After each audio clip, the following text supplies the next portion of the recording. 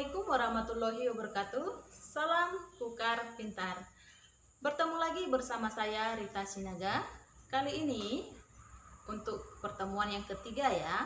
Dan pertemuan ini kita masih membahas tentang teks cerita fantasi.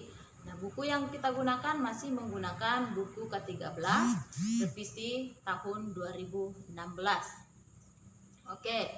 Nah, sebelum kita memasuki materi ketiga selanjutnya, kita perlu berdiskusi dulu tentang pertemuan yang kedua. Kemarin kita sudah membahas tentang tokoh dan watak tokoh. Terus apalagi ada latar, terus rangkaian peristiwa. Nah, sekarang kita ingatkan kembali apa itu tokoh, bahwa tokoh itu adalah pelaku pada cerita. Terus wataknya itu adalah sifat dan perilaku. Nah, kalau latar itu ada waktu, ada tempat, ada suasana. Sementara alur itu jalan cerita atau rangkaian peristiwa itu ada 3, yaitu alur maju, alur mundur, dan alur campuran.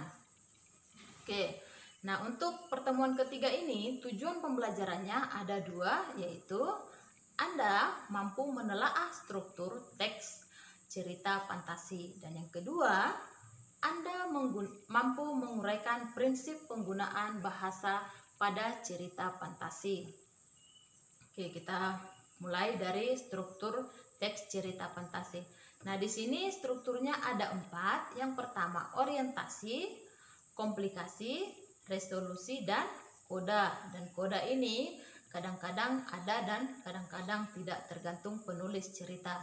Nah, kita cari tahu orientasi itu apa. Bahwa orientasi adalah merupakan struktur pertama pada cerita fantasi yang biasanya di sana pengenalan tokoh dan latar cerita. Kemudian komplikasi. Kalau komplikasi ini adalah masalah mulai bermunculan dan masalah itu memuncak. Terus yang ketiga ada resolusi.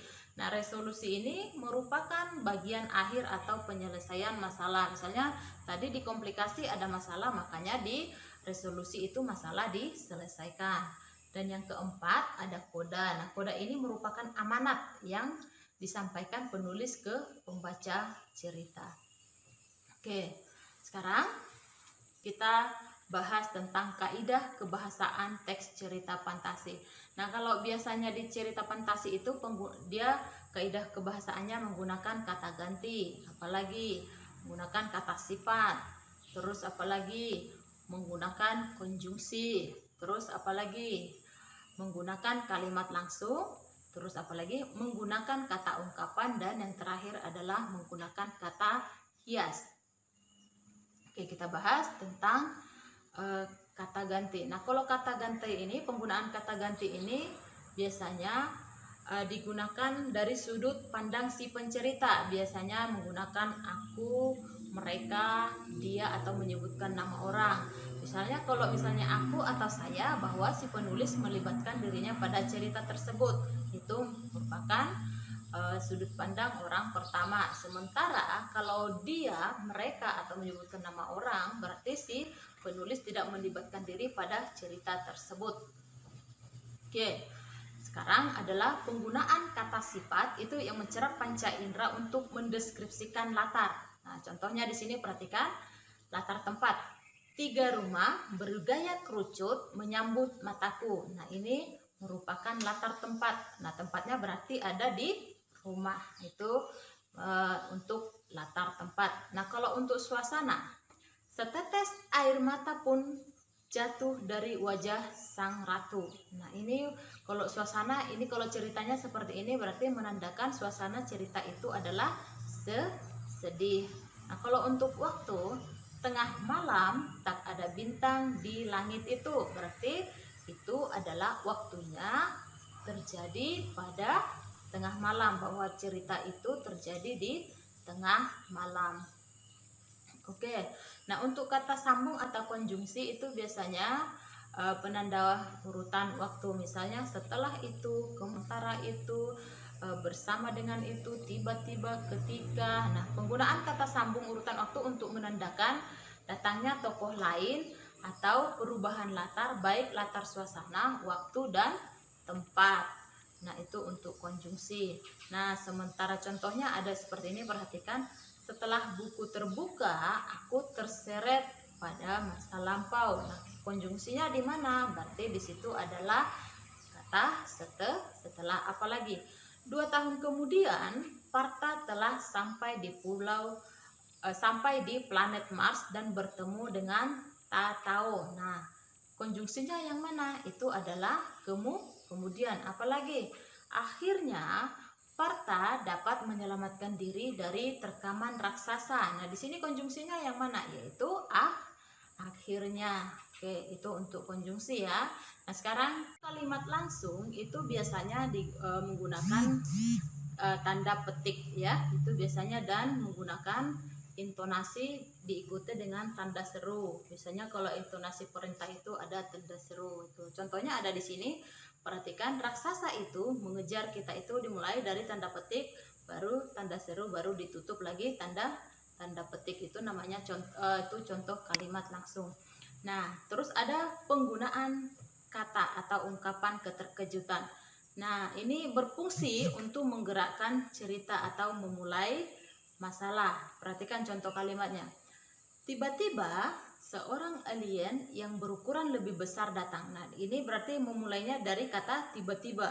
Itu berarti memulai sebuah masalah. Dengan datangnya seorang alien, itu adalah memulai sebuah masalah. Terus yang kedua, tanpa diduga buku terjatuh dan halaman terbuka menyeret Nabila pada dunia lain. Ini juga memulai sebuah masalah. Yaitu adalah tanpa diduga, berarti itu mulai muncul masalah. Di situ akan lebih panjang lagi masalahnya. Terus yang ketiga, di tengah kebahagiaannya datanglah musibah itu. Nah, itu awal dari sebuah atau memulai sebuah masalah. Oke. Nah, untuk kata kias ini adalah menggambarkan sesuatu dengan perbandingan langsung dan tepat atas dasar sifat yang sama. Misalnya contohnya begini. Alien itu berhidung mancung, dengan hidungnya yang menjulang ia mengendus sekeliling. Berarti di sini kata kiasnya adalah mancung dan hidung yang menjulang. Itu namanya, itu sama, cuma beda pengucapannya, tapi artinya sama. Oke, selanjutnya ada di sini contoh cerita fantasi. Perhatikan, ada orientasi, kemudian ada komplikasi, dan ada resolusi. Ini untuk contoh teks cerita fantasi. Oke, kita lanjut. Sekarang Anda mulai berlatih. Di sini ada LKPD. Buka bukunya halaman 60 sampai 62. Dan baca serta amati teks cerita fantasi belajar dari Gajah Mada ya. Anda belajar di rumah berlatih tentang teks tersebut. Oke, di sini perintahnya adalah telaah teks cerita fantasi belajar dari Gajah Mada. Misalnya tokoh dan wataknya, terus orientasinya di mana, isinya apa, komplikasinya paragraf keberapa, isinya apa, dan resolusinya paragraf keberapa dan isinya apa. Oke, kita lanjut adalah kemudian kamu menelaah penggunaan bahasa pada cerita tersebut. Misalnya penggunaan kata gantinya ada di mana, terus penggunaan kata sifat yang mencerah panca inderanya ada di mana. Kamu tuliskan kalimat dari paragraf tersebut ya. Terus kata sambungnya ada di mana, kamu tuliskan juga. Terus penggunaan kata ungkapannya di mana, penggunaan kalimat langsungnya di mana, terus penggunaan kata kiasnya di mana ya. Nah, setelah itu sudah selesai, kalian kerjakan. Sekarang kita kembali membuat peta pikiran. Nah, hari ini pertemuan ketiga ini kita membuat peta pikiran yang tadi dimulai dari struktur teks, yaitu orientasi, komplikasi, resolusi, dan koda. Nah, ini Anda bisa jelaskan dengan bahasamu sendiri, dan kemudian ada kaidah kebahasaannya. Nah, kamu rangkum atau buat konsep pembelajaran sesuai dengan kemampuanmu dan mudah kamu pahami. Itu untuk peta pikiran kali ini. Oke, saya kira untuk pertemuan kali ini sampai di sini saya akhiri. Assalamualaikum warahmatullahi wabarakatuh. Semangat belajar!